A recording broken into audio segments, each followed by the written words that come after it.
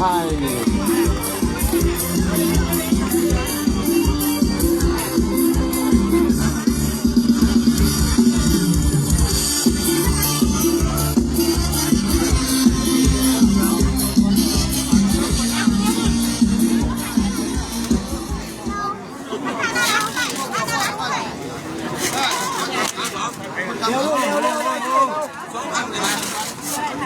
เป็นคู่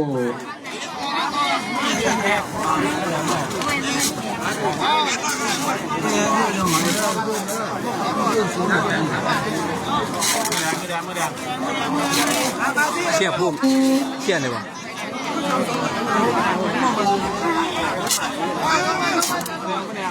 มันยกขาดให้นะ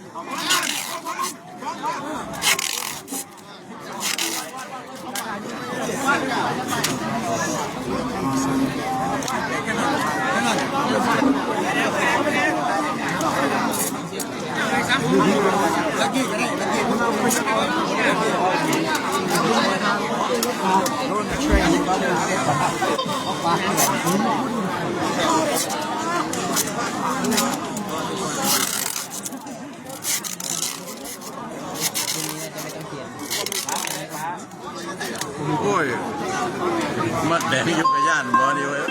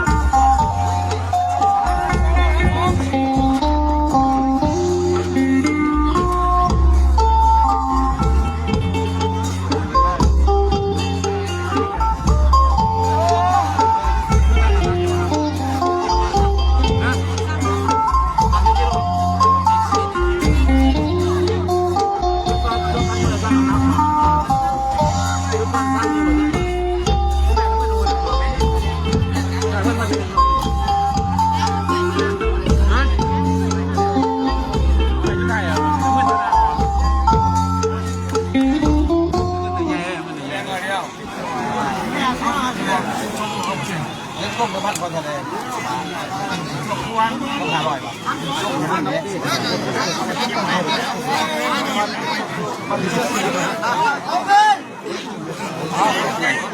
เงิน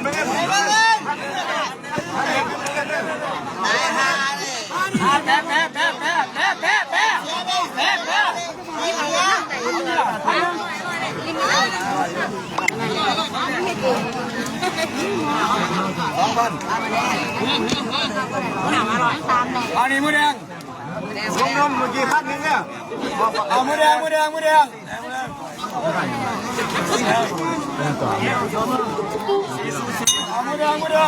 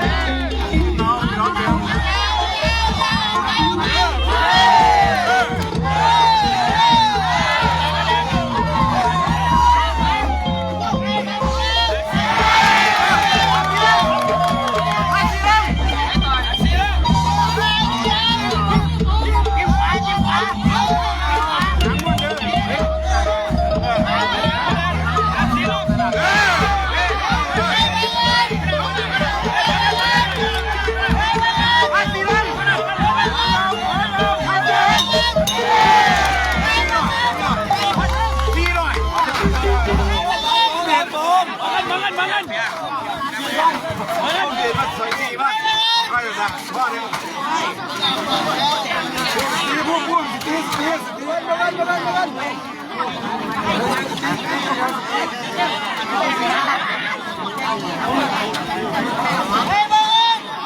อาจารย์หาบ้าน5,000กันดิ5,000เฮ้ยมึง3บ้าง3บ้าง6บาท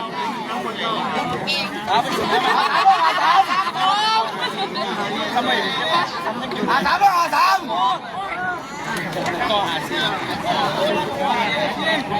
เฮ้ย3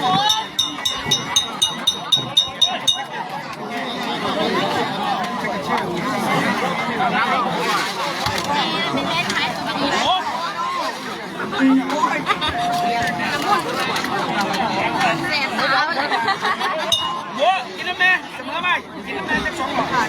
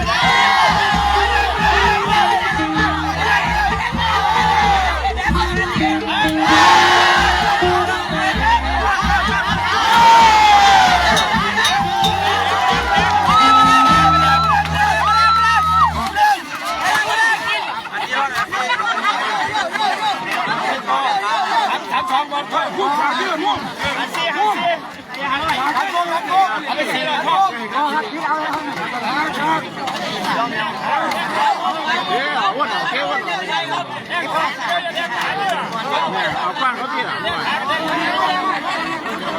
คนล่างออกแข่งเขาที่วันนี้แข่งบ้านแข่งใส่หนอกก่อน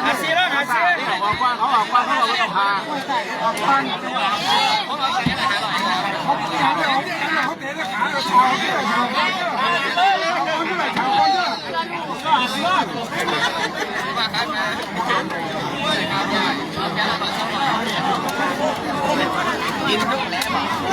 เอาไหมล่ะ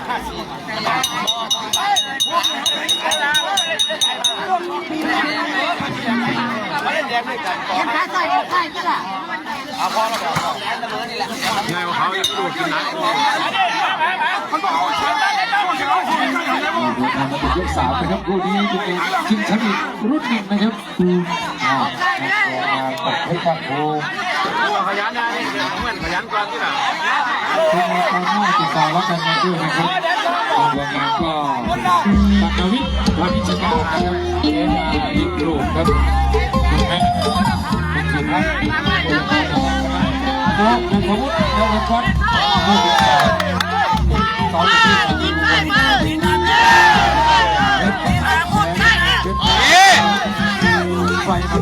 ออกก่อนเลยออกก่อนเลยออกก่อน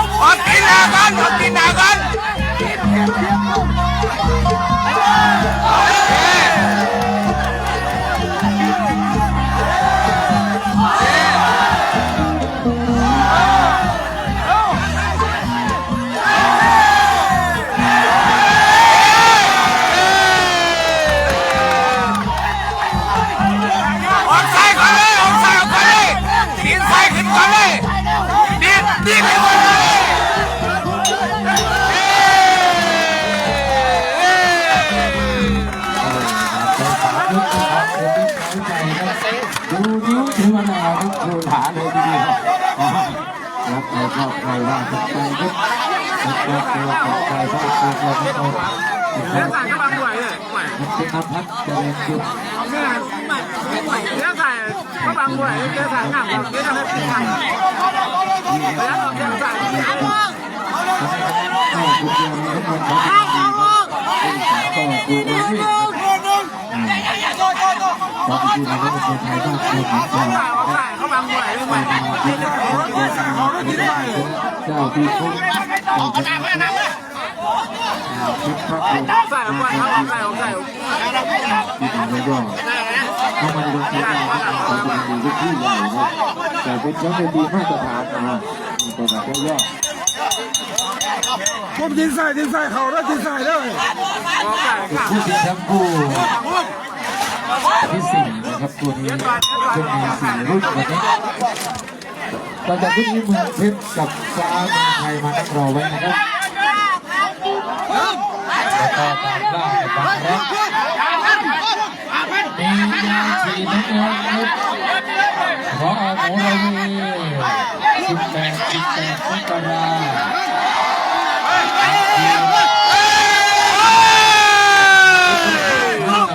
อย่าเอาพิษไหมเดี๋ยวก็รู้ครับ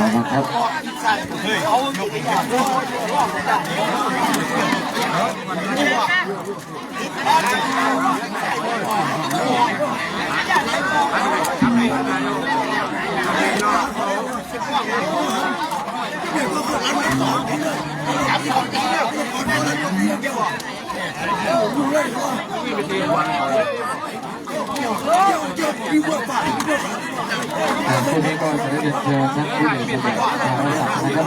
ผู้ใหญ่ว่าการน้อมเก็บผ้าเก็บแผ่นและมอบเกียรติบัตรด้วยนะครับให้กับผู้ชนะครับ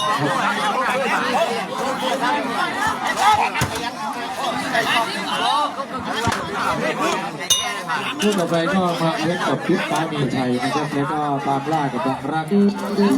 ด้วยคู่17ก็ช่องไปเล่นกับพิธีเดชคู่18ก็พิธีเดชกับสตังทองคู่10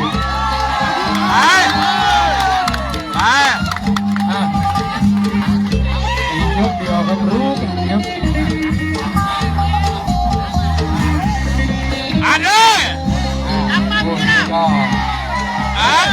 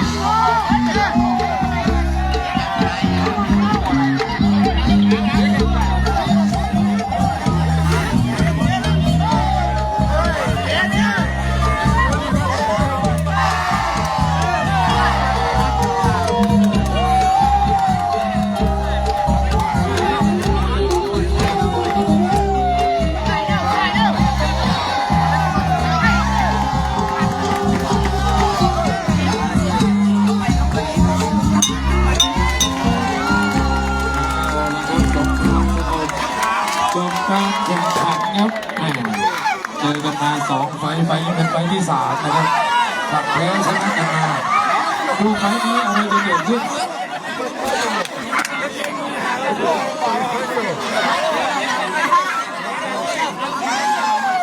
เรียนเชิญท่านผู้ใหญ่แสวงปารศักดิ์ครับบนเวทีครับผม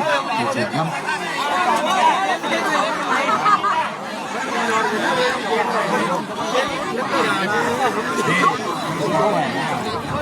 เจอกันมาแล้ว3 ครั้งครั้งนี้จะเป็นเดี๋ยวรอผลสักครู่ท่านผู้ชมครับอย่างเขาเจ๊อะไรเป็นโคตรทั้งไปตรงกลางเลยลูกมาอาจารย์เพียรครับพี่น้องครับคู่นี้เป็นการชกชิงแชมป์ต้นกล้ามมวยไทยเมืองดอกบัวในรุ่นน้ำหนักไม่เกิน41 กิโลกรัมนะครับผลการให้คะแนนปรากฏดังนี้กรรมการท่านที่1ครับดร.นฤทธิ์เชื้ออ่ำให้มุมแดง49น้ำเงิน48ครับกรรมการท่านที่2อาจารย์ธีเดชสายธโนให้มุมแดง49น้ำเงิน48และกรรมการท่านที่3ครับอาจารย์วรกิจจันทราพรเห็นเหมือนกันครับให้แดง49น้ำเงิน48